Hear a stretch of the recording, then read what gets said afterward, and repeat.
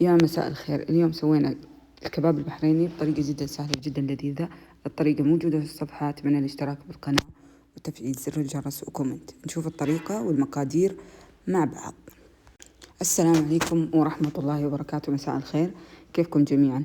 اليوم حبيت أشارك معكم وصفة الكباب البحريني. الطريقة جدا سهلة وجدا لذيذة، والمقادير جدا سهلة. المقادير عندي كراث، كزبرة، بقدونس، بصل، طماطم. هذه المكونات، والمكون الأساسي اللي هو دقيق الحمص.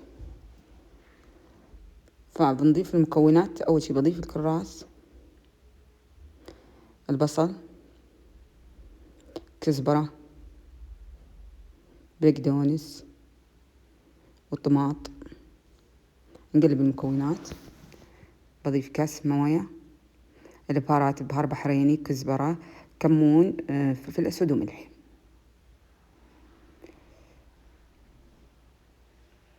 وبنضيف نص ملعقة بيكنج بودر، هذه نص ملعقة بيكنج بودر، ونقلب. بضيف الدقيق بالتدريج. بضيف أول كاس وأعجن، نضيف ثاني كاس، ممكن نحتاج كاس زيادة، وهذا كوبين ونص. الحين ضفنا 3 أكواب ونعجن إلين ما نوصل للقوام هذا. إذا ضفتي 3 أكواب وطلعت ثقيلة تقدري تضيفي ربع كاس موية.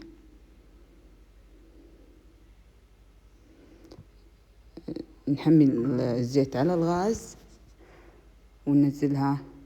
طبعا انت حرة من ناحية الحجم، ممكن تسويها بالملعقة الصغيرة، ملعقة الطعام، إذا تبغوا الحجم صغير.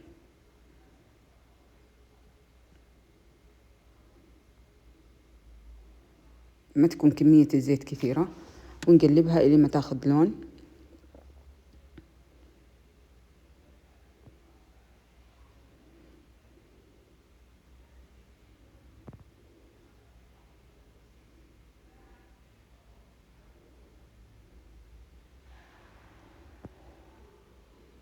بعد ما أخذت اللون الذهبي خلاص نطلعها على مشخال، تخلص من الزيت وخلص باقي الكمية،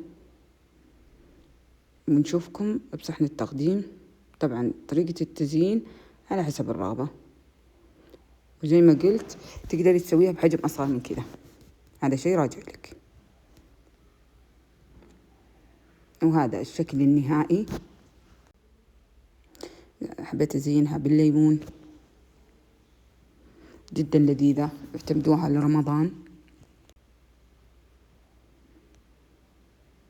واللي يجربها يكتب لنا كومنت. نشوفكم إن شاء الله بوصفة ثانية.